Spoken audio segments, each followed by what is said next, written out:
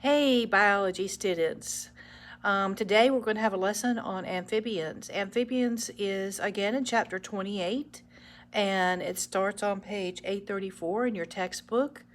These are things like frogs and toads and salamanders. Um, and let's start looking at our notes and go through some of their general characteristics. So amphibians are cold-blooded, which means they are ectothermic.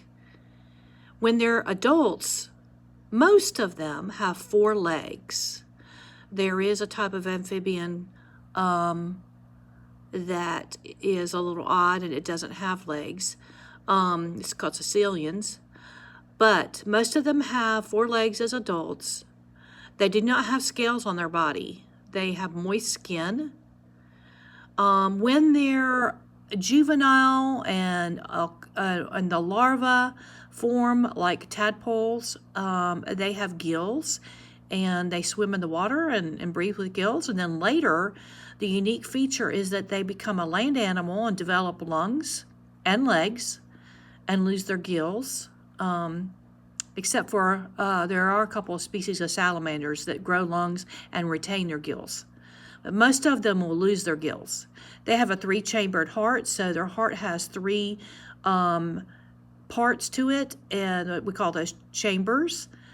Their blood moves through blood vessels, so they have a closed circulatory system. They lay eggs that are jelly-like in the water. The females do, and then the males come along and deposit sperm on them, so they have external fertilization. And of course here we have a picture of a salamander, a tree frog, a newt, and a toad. Let's move on. They have a cloaca, that's how you pronounce that, and it's a chamber, a storage chamber at the end of their intestines, and it receives pretty much everything: digestive waste, urinary wastes, eggs, and sperm before they deposit them. So it's kind of something that stores everything.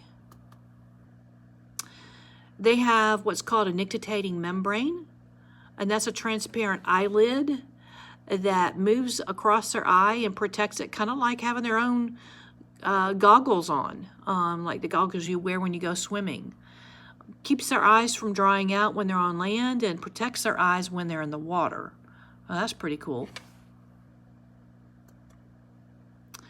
They also have, and I'm going to zoom in right there behind the eye, this round area, that is called a tympanic membrane, which is actually an eardrum. Obviously, it's used for hearing, and it amplifies the sounds that they make from their vocal cords. Let's look a little bit about the difference between a frog and a toad. Now, you may realize that the picture on the left, that's a frog. They have smoother skin, and a toad is bumpier and has drier looking skin. That's a toad on the right. A couple features is when they're adults, they don't have tails. They have long legs for jumping.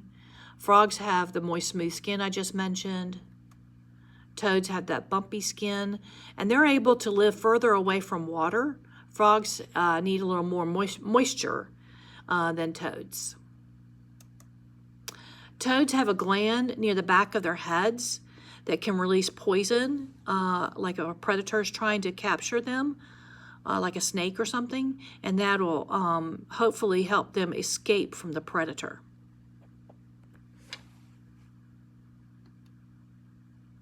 I'm going to skip past the video. Salamanders and newts. Newts are really a type of salamander. They have tails as adults, so they don't lose their tail like the frogs and the toads. They have very long, slender bodies. Newts live in the water all of the time. They really don't ever leave the water.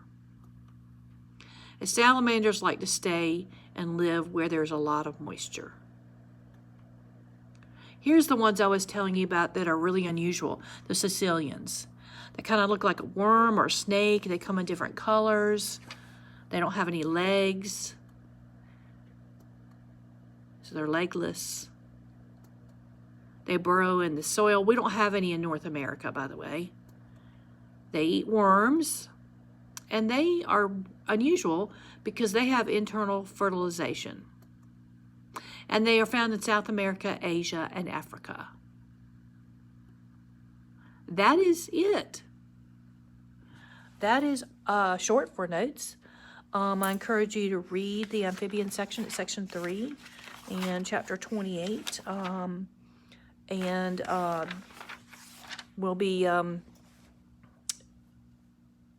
doing a review, and then we will have a I'll have to look and see if it's a quiz or a test. I can't remember what I did last year. I'll have to look it up on this. It's probably just another quiz. I don't think I do a test on 28. But I hope that you all are doing well, and we will move on next to chapter 30, and we'll talk about different kinds of mammals. I will talk to you soon. Take care. Bye-bye.